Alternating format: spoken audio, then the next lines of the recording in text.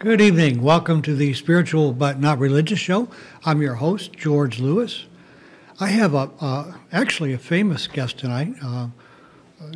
Norman Mailer wrote on the cover of her book that she had a powerful talent, and nothing is more rare in his opinion.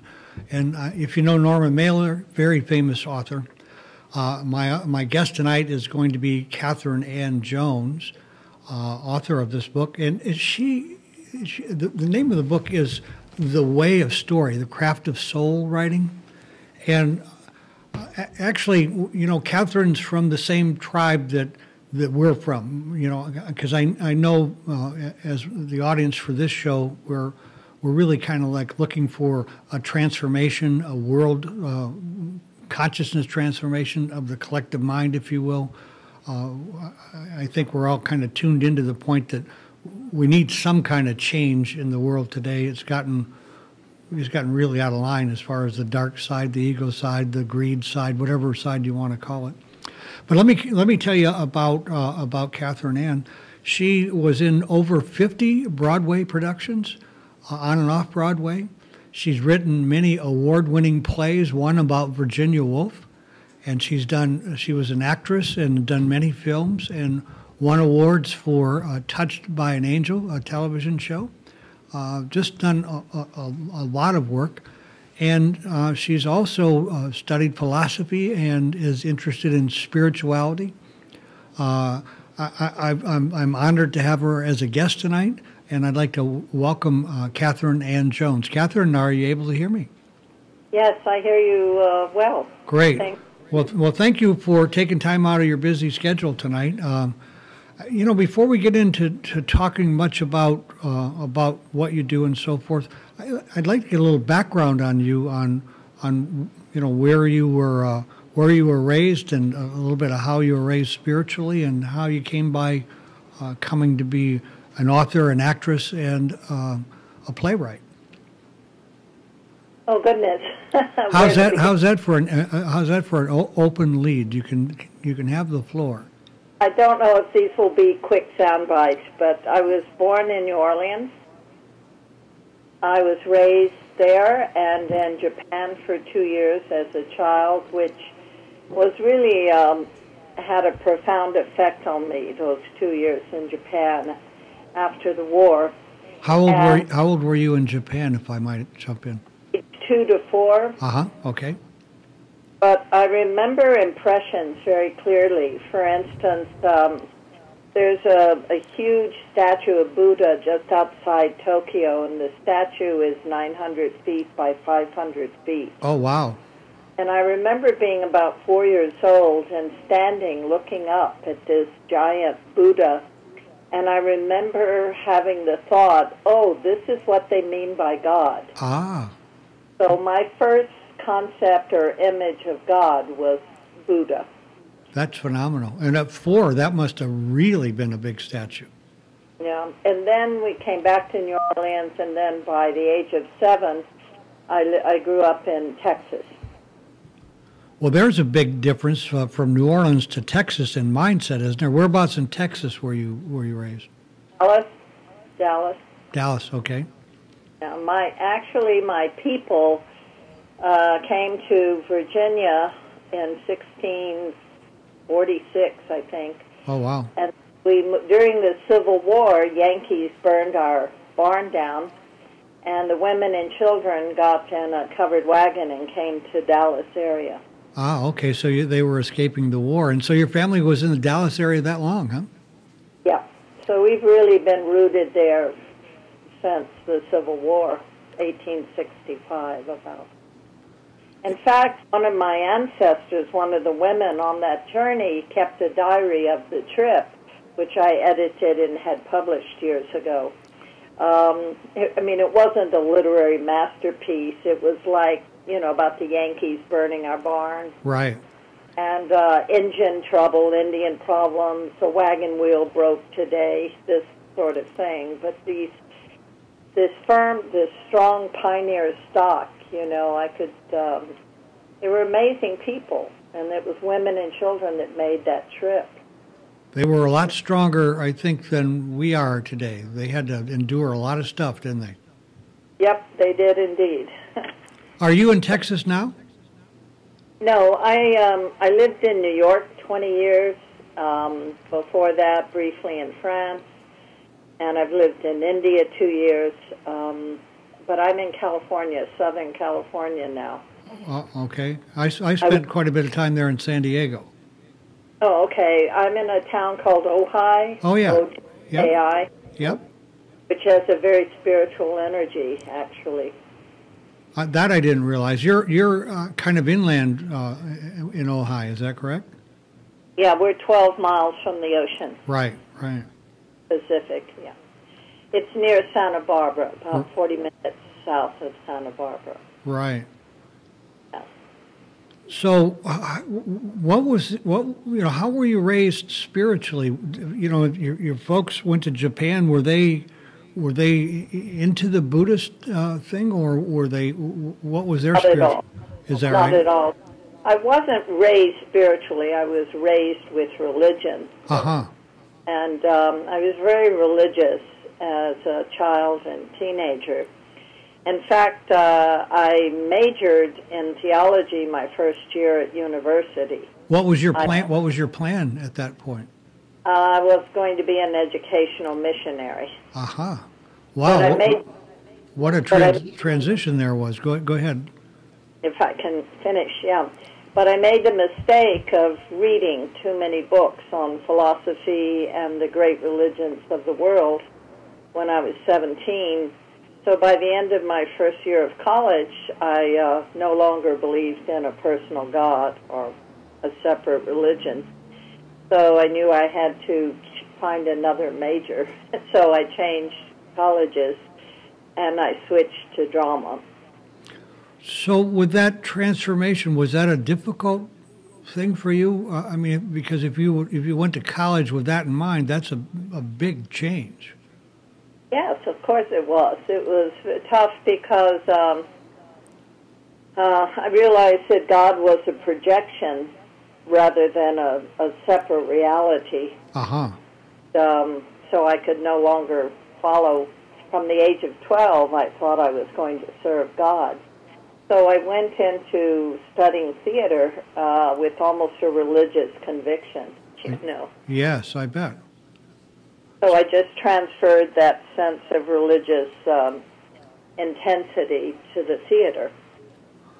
Well, theater is anything with the arts is very spiritual, but especially acting, that you really have to get down into your own soul, don't you, to really bring out the actor in yourself? Well, there's sort of two approaches to acting mainly. I went to New York after college and studied with Lee Strasberg and later Hagen.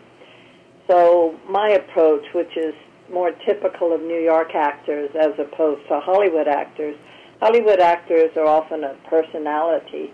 So there'll be a star, but they'll be the same film to film. Right. New York actors sort of disappear into the character, and so they're different with every role. So that was the approach I followed. What is it? There's a name for that approach, too. What is that? I can't recall. Method acting. Method acting, right. And you acted for a good many years, didn't you? Oh, about 10. Right. I mean, I did a lot of plays in those years, about 55. But, yeah, it was wonderful. In fact, once I met a psychic. She was a remarkable psychic in New York called Ethel Meyer. She was in her 80s when I saw her. And she told me something I never forgot. She said, with all these roles you've acted, these will be lives you won't have to come back and live. Oh, wow, that's very interesting. I'd never heard that idea before. It really went home with me. Whether it's literally true or not, I don't know, but it felt true.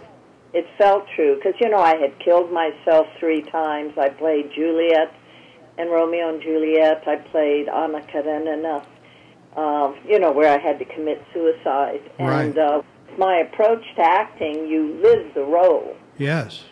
You experience it as a life. And so when she said that, it made perfect sense in terms of my soul's journey. Well, some actors can have difficulty coming back out of a role because they get so deep into it. Yeah, I wasn't that much method. Right. Once the show opened, I could leave it at the theater. You know, I didn't sort of take it home with me. But so that was your preparation for the show, was the method part, and once you got to the stage, it just came naturally at that point. Yeah, after rehearsals finish and you open, right. Once you sort of have it, then you can kind of take it off like a costume or something.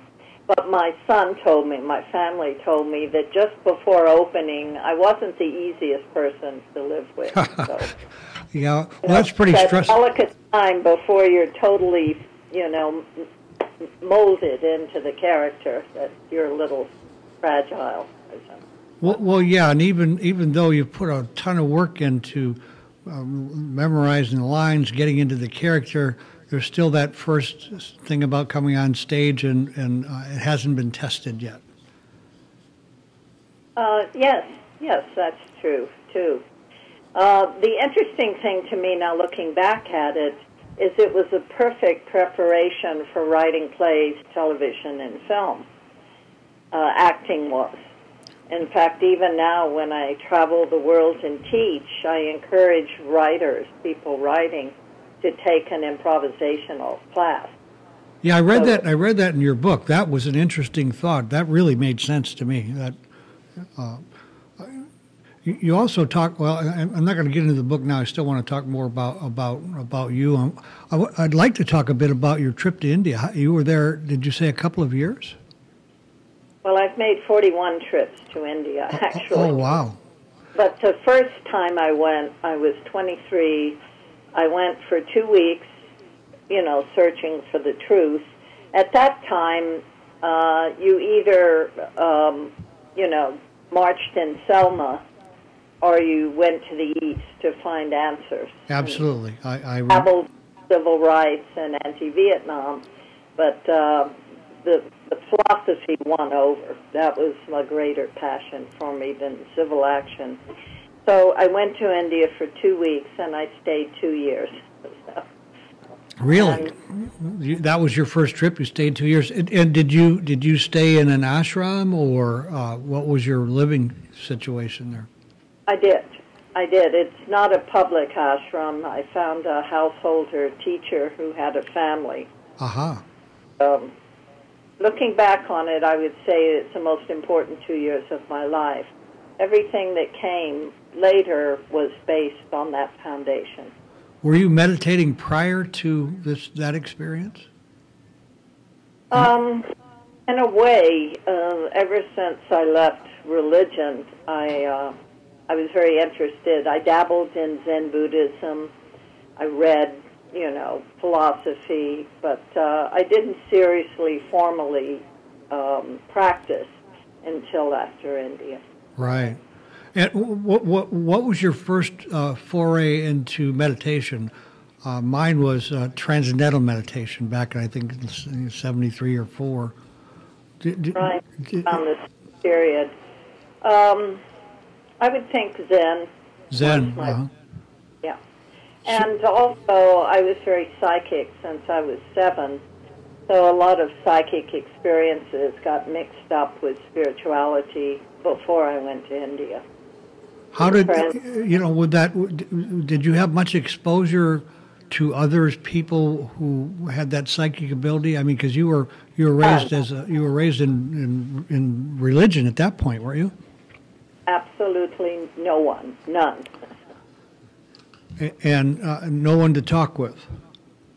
No, there were no Shirley MacLaine books lying around in the late 60s. No, they all came after that, didn't they? Right. And if you talked about the kind of things we talk about today, you were accused of being of the devil. At least that was my experience. Yes. It was pretty insane. Or they thought you were a little crazy.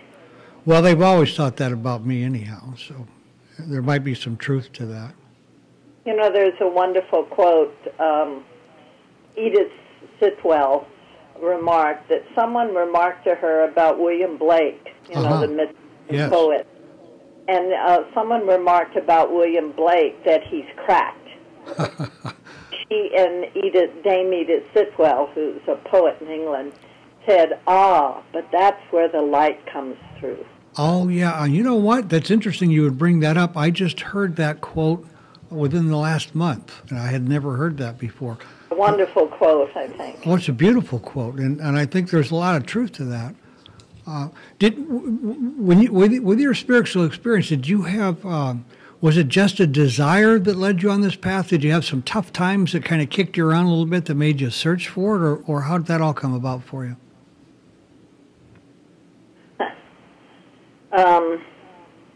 Ramakrishna, Yes. the sage, once said, receive as many blows as you possibly can from the world. Only then will your heart turn Godward. Certainly has been my story. Yes, I think a lot of spiritual seekers have that background, a dysfunctional family background or whatever it is. Right. Something that tells them there must be something more than this. There must be something better. And I think that's the starting point. Plus, I had these out-of-body experiences and psychic experiences. One experience years later, when I was working in Hollywood writing for the television show Touched by an Angel, I wrote a story based on something from my own life. When I was in the 3rd grade, I used to go into states where I couldn't hear anybody, like meditative states, just spontaneously. So they thought, the teacher and people around me thought I was deaf or hard of hearing. Oh, wow. So they sent me to doctors to test my ears. My hearing was perfect, no problem. So later I used that as a springboard I made up a story of a 9-year-old girl who heard angels. And they sent her to psychiatrists who gave her drugs to get rid of her angel voices and so on. Oh, boy. And this episode, incidentally, became Oprah's favorite episode, and she showed a clip on her show once. Oh, that's great. So I think she identified with a young girl who was, different from the other people and so on. Well, you've led quite a life. I think that's, pretty important for a writer also, is having experiences like that. I think it's important for everyone. Yeah, well, exactly. Yeah, absolutely. We think that being born with a silver spoon in our mouth is, the best thing that could happen. It might actually be the worst thing that could happen. It depends. Yep. Nothing seems to be set in stone on this spiritual path. We come from all kinds of angles, all kinds of different ways to get here, don't we? Mm-hmm. Yes. So do you think we're at a stage, a time where East really does meet West and there's a convergence in our thinking? I'm not sure that's the right approach or question from my point of view. It's because at some point you have to transcend East and West. Absolutely. So it's just about whatever. I've never believed everyone should follow the same spiritual path. That's very individual. We come into this world with different karmas or vasanas or tendencies. But I think whatever path you choose, what matters is to go to the end of it. And, which one is very individual. So, if you go to the end of the path you're on, you'll find what is there, I think. Well, that's been my experience. That same thing is that we really do have to find our own way, and there are many, many, many different ways. One of the things that I see as a challenge with organized religion is the idea that there's only one way, and I've always had a bit of a hard time with that one. I remember being about 12 years old, and thinking it just wasn't logical to think someone could be born in Africa or China and they wouldn't see Jesus. That wouldn't be a natural, Right. So why anyone would think there's one way. It's usually the monotheistic religions that, project that. Yeah, and anthropomorphic, too. Of course it is, of course. Yeah, absolutely. Baptist cousin, who goes to India to do missionary work. And I remember thinking, isn't it a little arrogant for someone coming from a 2,000-year-old religion to go to a place like India where they have a 5,000-year-old religion and telling them what they should believe? Well, I think one of the big problems with organized religion is exactly that arrogance, and it certainly comes off that way. Of course, as Americans, we've played our role pretty well as far as being arrogant too. That's true. Yeah, run around the world, beating our chest, telling everybody we're from the best place in the world. I've digressed a bit, I know, because I'm very interested in these topics, but I wanted to get back to from acting to writing. I've also had a parallel career teaching. I taught first at the New School University in New York, teaching writing. And then when I came out to Hollywood, one of my plays was optioned by MGM, and I was invited to teach at USC, University of Southern California, to teach screenwriting in the graduate school film department. So I taught graduate school for 20 years while I was writing professionally for theater in Hollywood. Well, when you were at the University of Southern California, was it still free for education at that time? I don't think it's always been a private school. What is there in L.A. There was a university or not a college that was free back in the early '60s. I'm sorry, I don't know. Okay, all right. I know the University of Southern California is private. Right. Okay. But anyway, I've always had this parallel career teaching, so writing professionally and teaching writing. But after 20 years of that, I realized I was just teaching the craft of writing, and that was only half the story. So I stopped. I moved to Ojai, away from Los Angeles, and I started teaching this workshop called The Way of Story, the Craft and Soul of Writing. Right. Because while craft is very important, of course, obviously, I think equally important is what I call the soul of writing. And by that I mean the invisibles, like intuition, writing from your senses, and going into deeper states and channeling through you and writing things that are beyond you. So when I teach the workshop, I devise exercises, short 5, 10, 15-minute exercises, and I use visualizations. I take people to a deeper place and have them write not just from the left brain, logical brain, but from all of themselves. So they come out of these weekend or 5-day workshops, like I just got back from Esalen Institute in Big Sur, California. It's a wonderful place. And people come out of the workshops and say it was life-changing. They thought they were just going to a writing workshop, and they say this was life-changing. Well, what they mean by that is they were taken to a deeper place and then told to write from that. And they're, like a deeper mental state. So it's very exciting just to see how people open and come out with things that they never thought they would. Well, in reading your book and seeing the exercise, the other thing you do so well in here is your use of analogies and metaphors to make things understandable. Just wonderful. There were things I picked up in here that Thank you. Yeah, I had difficulty comprehending before. One of the first things Very big on metaphor. Oh, you're wonderful with metaphor. It's like, and that's kind of that's part of this. It's part of of a really good writer's way of writing is with metaphor, isn't it?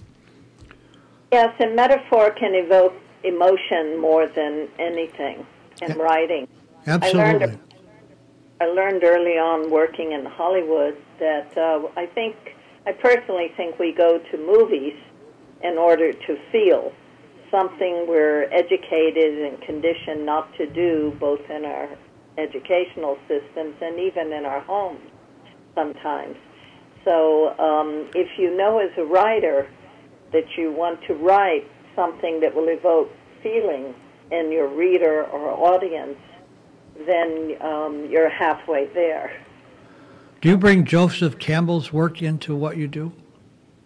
Actually, he was a friend of mine in New York. Oh, really? But I never read him. He gave me one of his books, and at the time I was an actor, so I never read the book because my whole life was theater. I read plays. Right. Until years later, I knew Joe and his wife personally. We used to go to plays together and then talk about them afterwards. He was a wonderful man, an exciting mind. But years later, after he had died, I took a break from Hollywood and went back to school, a place called Pacifica Graduate Institute in Santa Barbara, California. And I got a graduate degree in depth psychology and archetypal mythology. Oh, wow. And we were required to read Joseph Campbell. So then I read him. So meeting Joseph Campbell, it was like a preview of a later life for me. I wasn't ready for him then. Isn't it interesting how, the universe sets us up, though? But sometimes the timing's not quite right. Yes, yeah, and timing is really critical in about everything. Yep. Writing, theater, film, whatever. Timing is hugely important. So I've always been amazed how we do things that seem totally unrelated, and then looking back decades later, it seems like a perfect plan design. All connected, isn't it? Pardon? It's all connected. You look back and you see these connections that you couldn't see before. Not only connected, but planned by some divine, some design of some kind. For instance, there's no better background for writing plays or films than acting, from my point of view. Right. So I'm very drawn to writing character-driven stories, and I write good roles for actors because, I come with that. So even though we may not understand it at the time, why we're suddenly doing something else and leaving, people thought I was crazy when I stopped acting and just started writing plays. Well, I bet because you were very successful at that point. Well, I could earn my living. That's pretty successful for any actor. Yeah, absolutely. So But I say one more thing. You can say whatever you like. A point, just to get it away just from my personal story. Part of my philosophy, I guess, is I think we're here for the growth of the soul. And the soul can be a ruthless entity. In other words, it'll choose in our life things that we need for our soul to grow. So when we learn what we need from one endeavor, and say, for example, the acting, then that ends and we go on to something new. And of course, often the best lessons are from difficult periods in our life, divorce, disease, accidents, whatever. So the soul is ruthless in that way because it will send us what we need for our growth. So I think that's much more important than a large resume or awards. It's, do we get the lessons? Does the soul grow? And do we know when to end one life and begin another? I just wanted to get that in because some people may relate to that. Well, some of the worst things that I thought happened to me turned out to be some of the best things that happened to me. Exactly. And I'm with you on that 110%. That's why these days when I approach life considerably differently than I did when I was younger, and I go through things knowing that I'm really working more on my soul these days than I am the material part of my life. I'm closer to the exit than the entrance, and that part of my life has been very important for a good many years. It's everything. It's everything, isn't it? That really sums it up right there. It's everything. So let's talk a bit about one of the reasons first of all, let me say it's really interesting that when I saw your book and you were talking about soul and there was a real connection there. I didn't realize until we talked tonight just how deep that was going to be with your spiritual path. How you've traveled it. We've gone on different paths, but we've reached some of the same conclusions and from similar kinds of experiences. One of the reasons I wanted to have you on the show, the main reason, was, I do a lot of posting on Facebook, and with up to a couple 100,000 people, and there are just huge numbers of people who are consciously and with intent working on transformation on themselves and on sharing that with the hopes that they can help to create a better world. And to be able to do that, story is such a huge part of that kind of endeavor that I thought, I wanted someone who really knew what they were talking about that could, give some tips to some of our audience as to how they might carry a better message and be more effective. I'd like to respond to that. That's a good. Yeah, please do.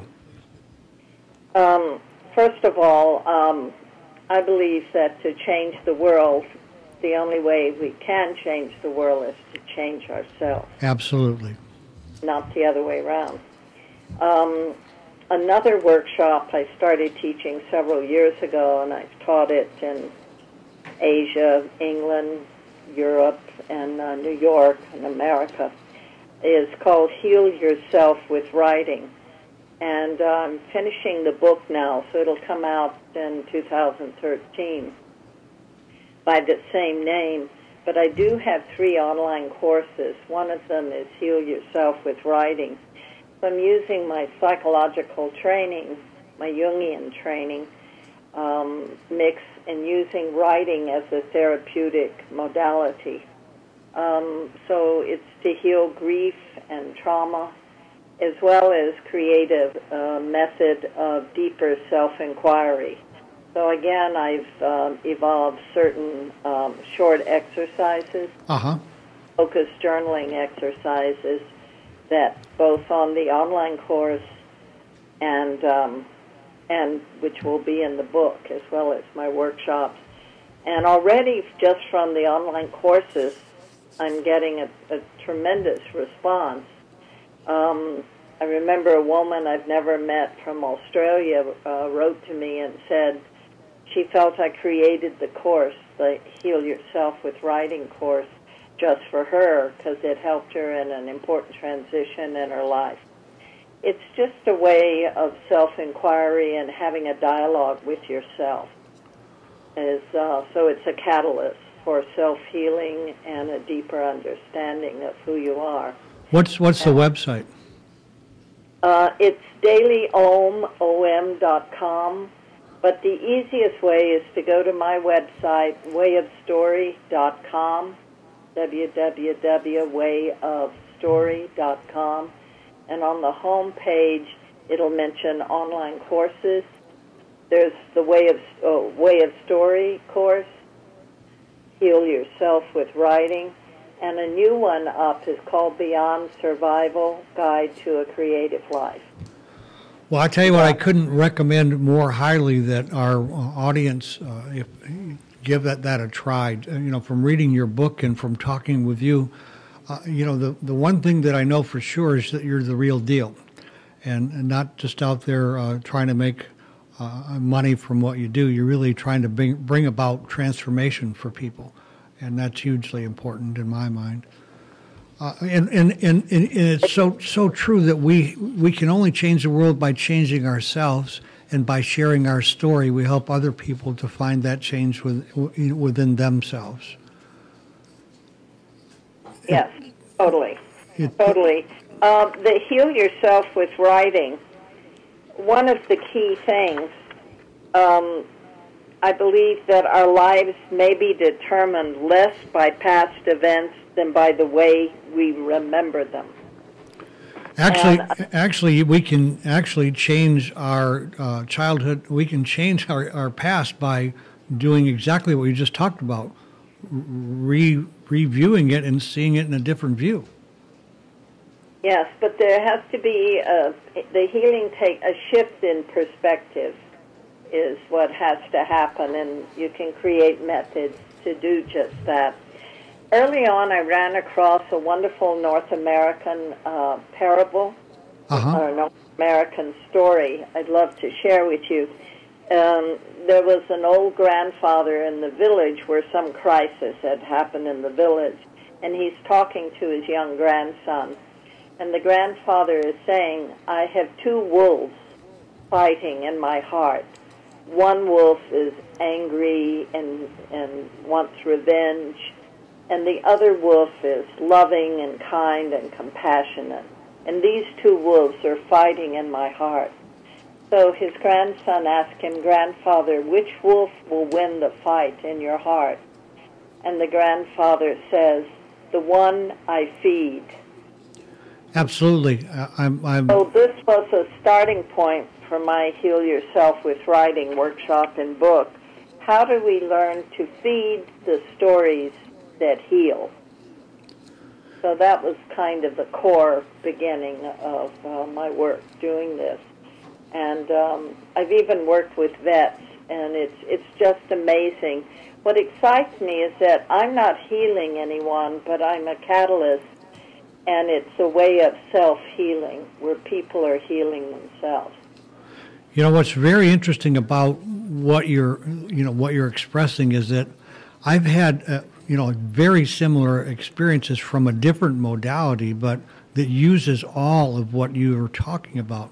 Even the story about the wolves is very, very much used, and that's in the 12-step modality. And there's a lot of writing, a lot of introspection, a lot of inventory kind of thing, a little different method from what you do.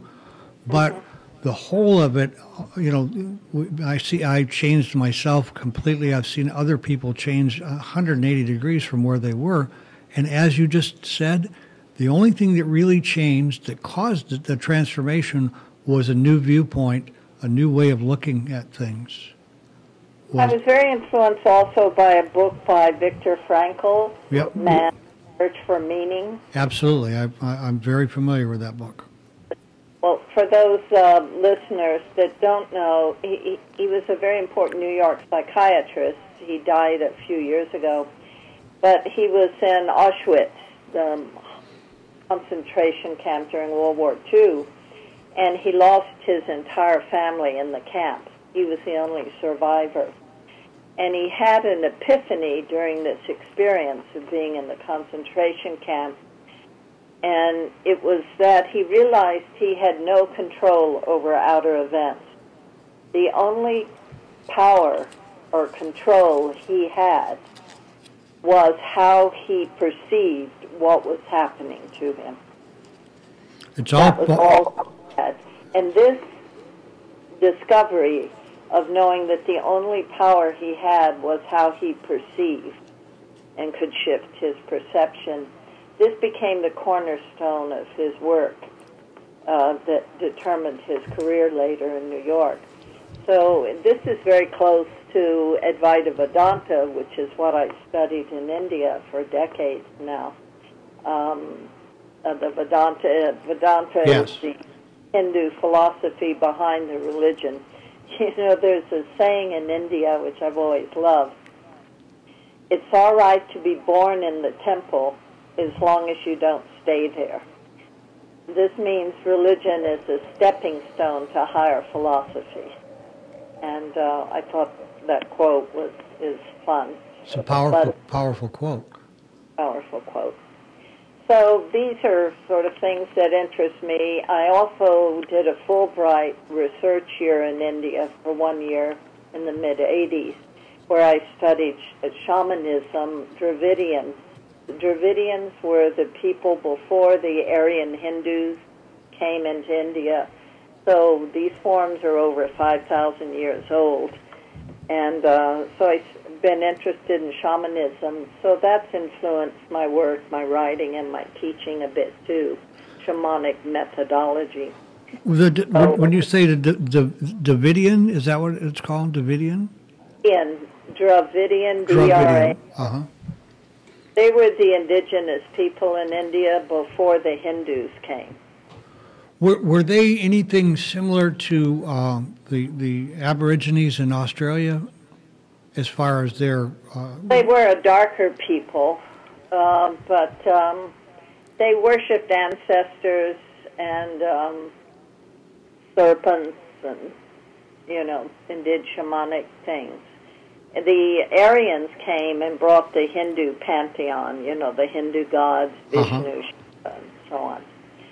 So anyway, it's all fascinating, I think, because it's interesting. When I was working on this for a year, I would ask, there were Indians there, men who were continuing these practices that had been uninterrupted for 5,000 years, over 5,000 years, and they would learn, it went father to son, father to son. So I would ask these men, why do you do this, parts of the ritual, expecting them to tell me the symbolic meaning. And inevitably they would answer like, my father did it this way. Huh. So they didn't even know why or what it meant. They just, I always thought that was rather funny.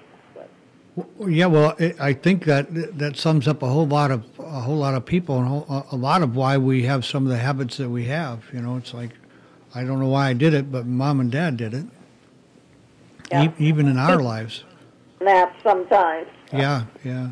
Listen, I'll tell you, you've led a fascinating life, and you're just as fascinating as your life. I'm really pleased that I had the opportunity to talk with you. I think at some point when I get some time, I'm going to look at coming to one of your classes.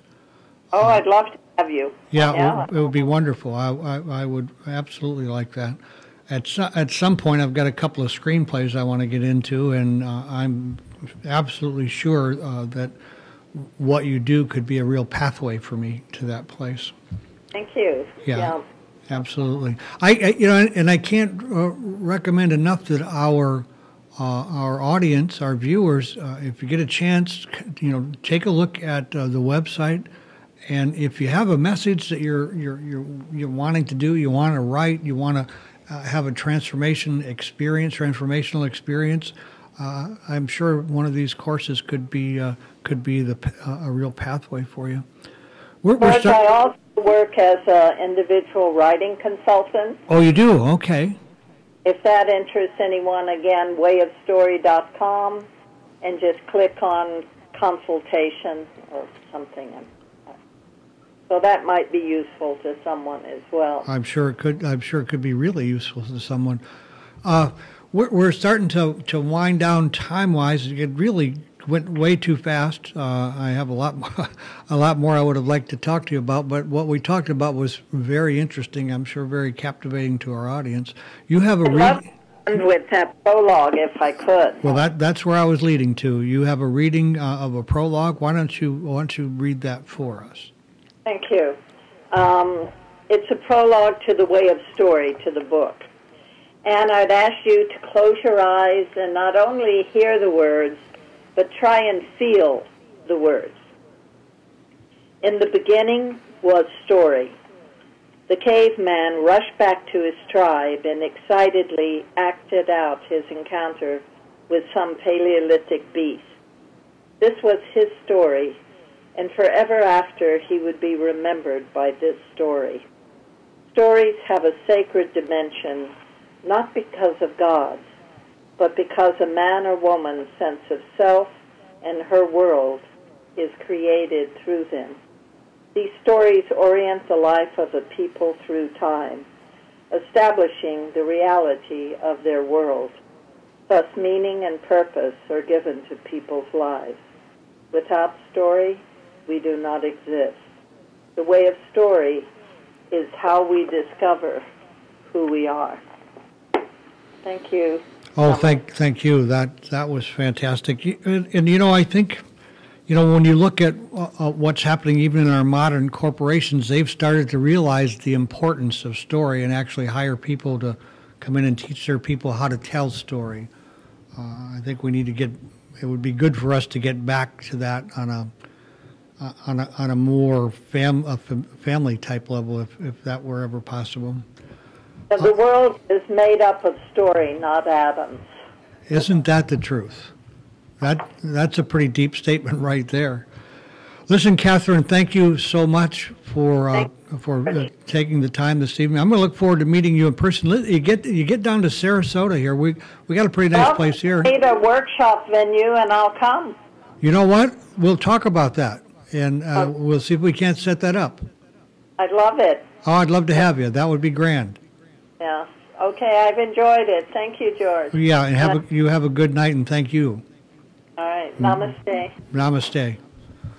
Well, that was a great night. Great. Oh, good. I really enjoyed it. You can.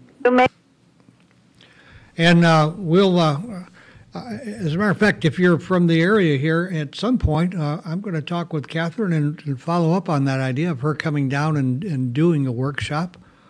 Just a really amazing lady with a ton of wonderful experiences. Our engineer tonight is Don Cohn. And Don, thank you. You did a really good job tonight.